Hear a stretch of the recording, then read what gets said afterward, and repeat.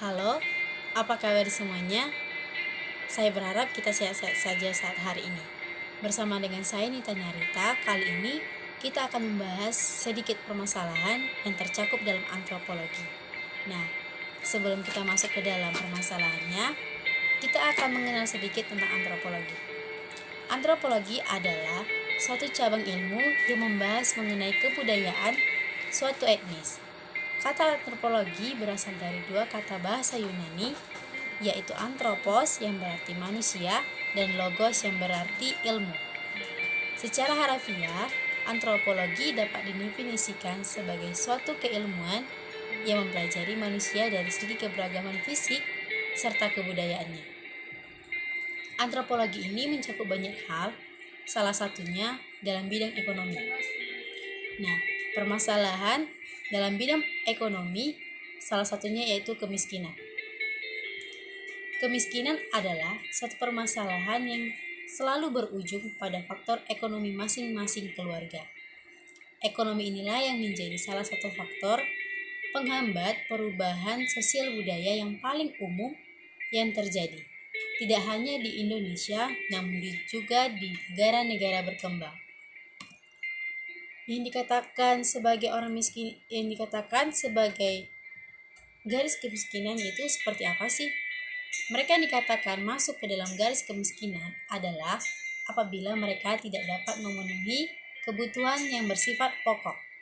Nah, kita akan mengenal faktor-faktor penyebab munculnya masalah kemiskinan. Yang pertama, yaitu faktor pengangguran. Faktanya, dalam kehidupan bermasyarakat, semakin banyak pengangguran, maka akan semakin banyak pula orang-orang miskin yang tersebar luas di lingkungan masyarakat. Orang yang menganggur tidak bisa memperoleh penghasilan untuk memenuhi kebutuhan hidupnya.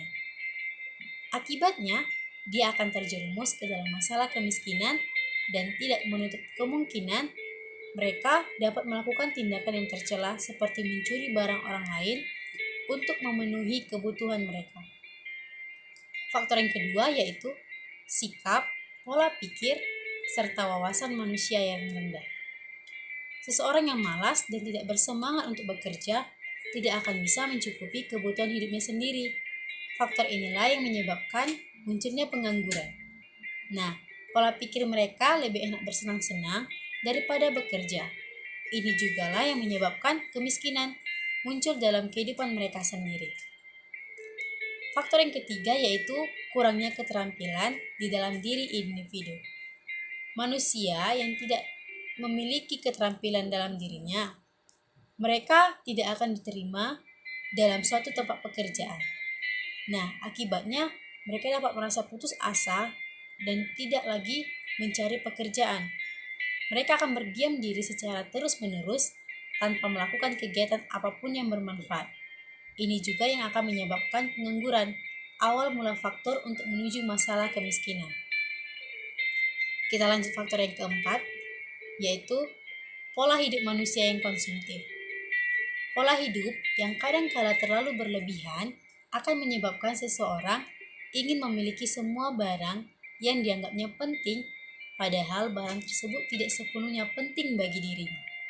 Manusia yang memiliki kelebihan modal atau harta biasanya akan berfoya-foya untuk membeli segala macam barang yang diinginkannya. Akibatnya, lama-kelamaan modal atau harta yang mereka miliki menjadi habis hingga akhirnya mereka jatuh ke dalam jurang kemiskinan. Kita masuk faktor yang kelima, yaitu pendidikan yang rendah. Kadangkala dalam menempuh jenjang pendidikan, ada segelintir orang yang tidak sepenuhnya tuntas dalam pendidikannya. Ada yang hanya lulus SD, SMP, ada juga yang hanya lulusan SMA. Penyebabnya mungkin dari faktor biaya yang tidak memungkinkan mereka melanjutkan ke jenjang berikutnya, dikarenakan tingkatan pendapatan orang tuanya yang rendah. Akibatnya, jika mereka mencari pekerjaan, mungkin akan sedikit lebih sulit karena mereka belum punya keterampilan khusus yang ada pada dirinya. Faktor yang keenam yaitu tingkat pendapatan yang rendah. Saat bekerja, seseorang pasti menerima upah setelah yang ditentukan, baik sehari, seminggu, ataupun sebulan sekali. Namun upah itu belum cukup untuk memenuhi kebutuhan sehari-hari, bahkan jika sudah memiliki keluarga, maka akan semakin sulit untuk memenuhi kebutuhan mereka. Faktor yang ketujuh yaitu bencana alam.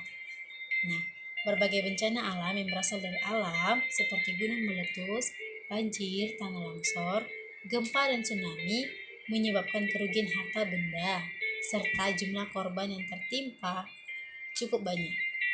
Jika seseorang selamat namun harta miliknya lenyap, maka orang tersebut tidak akan memiliki apa-apa lagi untuk memenuhi kebutuhannya. Nah, untuk mengatasi kemiskinan ini, ada beberapa cara yang dapat dilakukan, yaitu yang pertama, pemerintah dapat memperluas lapangan kerja. Cara yang satu ini cukup ampuh untuk mengatasi masalah kemiskinan yang ada dengan mengurangi jumlah tingkat pengangguran yang bertambah dari tahun ke tahun. Dengan kata lain, diharapkan pemerintah mampu untuk memenuhi jumlah pelamar kerja agar sebanding dengan lapangan kerja yang tersedia.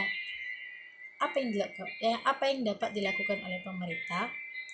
Pemerintah dapat membangun industri besar, perusahaan, apartemen, hotel, rumah makan, dan sebagainya yang membutuhkan tenaga kerja. Dengan adanya lapangan kerja yang cukup, seseorang dapat bekerja untuk memenuhi kebutuhan sehari-hari anggota keluarganya. Cara yang kedua untuk mengatasi kemiskinan yaitu pemerintah dapat memberikan bantuan pendidikan gratis. Dalam hal edukasi, pemerintah telah mengadakan program bantuan pendidikan berupa wajib belajar 9 tahun bagi masyarakat yang tidak mampu. Di samping itu, pemerintah juga perlu memberi keringanan biaya kepada siswa yang orang tuanya merasa kurang mampu. Dengan itu, masalah putus sekolah dapat diatasi pada suatu saat nanti. Siswa yang telah lulus tersebut dapat leluasa mencari pekerjaan karena telah memiliki kemampuan dan keterampilan di dunia kerja.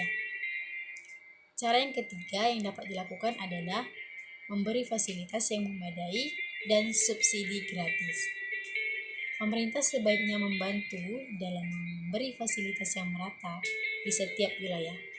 Pemberian fasilitas tersebut dapat diwujudkan dengan memperlengkapi sejumlah sarana dan prasarana yang dinilai kurang atau masih belum cukup keberadaannya.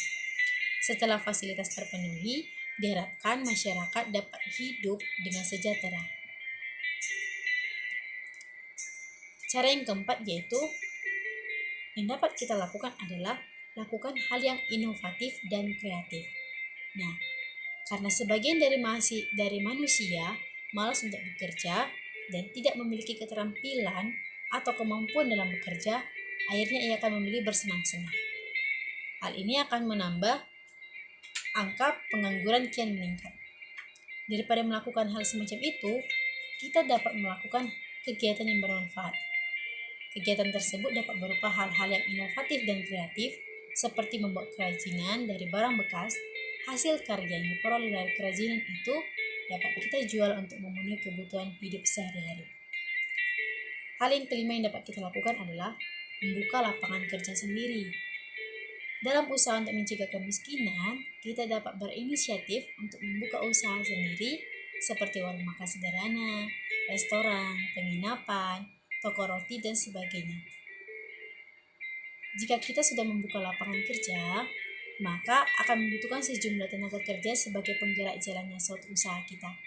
Dengan cara ini, orang-orang yang mencari kerja akan membutuhkan pemetaan kerja kepada kita. Nah, diharapkan pengangguran yang merupakan faktor utama kemiskinan dapat dikurangi jumlahnya. Dari penjelasan di atas, jika ingin kasus kemiskinan tidak tersebar luas, maka harus ditangani lebih lanjut untuk dicari jalan penyelesaiannya, agar dampak yang ditimbulkan tidak semakin parah dan merajalela. Namun, perlu diingat, tidak hanya pemerintah yang harus berjuang sendiri, namun semangat, kemauan, dan usaha yang berasal dari diri kita juga harus dikembangkan dalam memberantas kasus-kasus kemiskinan ini. Demikianlah pembahasan kita kali ini. Saya mengucapkan terima kasih kepada Bapak Haryadi Baskoro sebagai pembimbing dalam mata kuliah antropologi kami. Sampai jumpa.